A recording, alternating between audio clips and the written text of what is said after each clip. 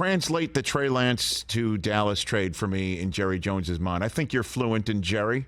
Demarcus, what do you got for me on that? I would say insurance, the best insurance for a number 2 quarterback. And it's just, to me, and I hear people saying, Dak's, he's getting a lot of pressure. He's getting a lot of credit. No. Dak's going to have a good year. I heard you say that earlier, and he is.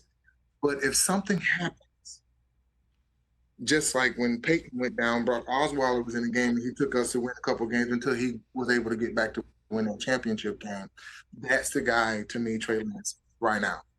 He is the perfect number 2 quarterback if we were going to transition into something else. But right now, we have our number 1 quarterback in that.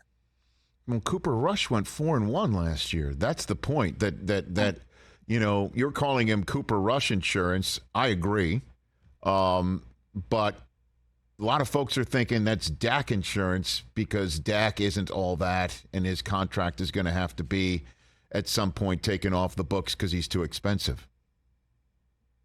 Yeah, people can say that, but right now, all as Jerry Jones say, empty the bucket for the Dallas Cowboys, and that's what they're doing with Dak.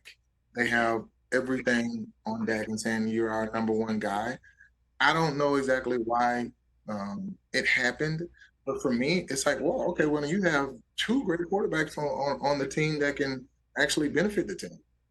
So, how far do you think the Cowboys are going this year? I think they'll make the playoffs. I'm not gonna ever tell a team they're gonna make the Super Bowl.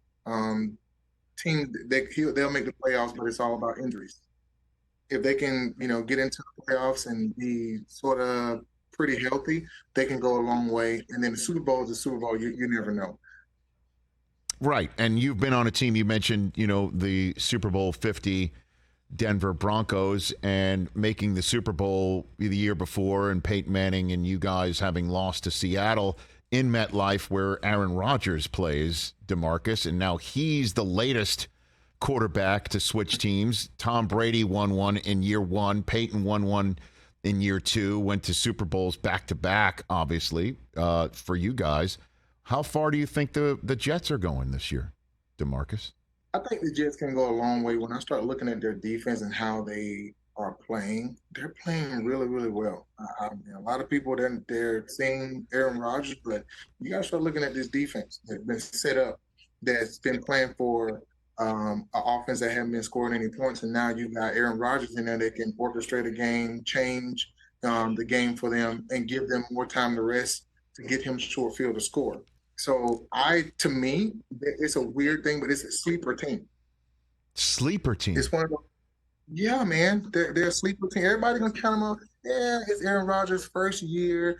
He might not be able to do good this year. I promise you, he will do good this year. Everybody's talking about him, and they're on Hard Knocks, and people are sick and tired of talking about the Jets. I love that you're calling them a sleeper team. I love that, actually. But it's Hard Knocks. Everybody's going to talk about the teams on Hard Knocks, and you got, the big deal with Aaron Rodgers, but they don't understand how well they actually played last year on defense, is what I'm saying.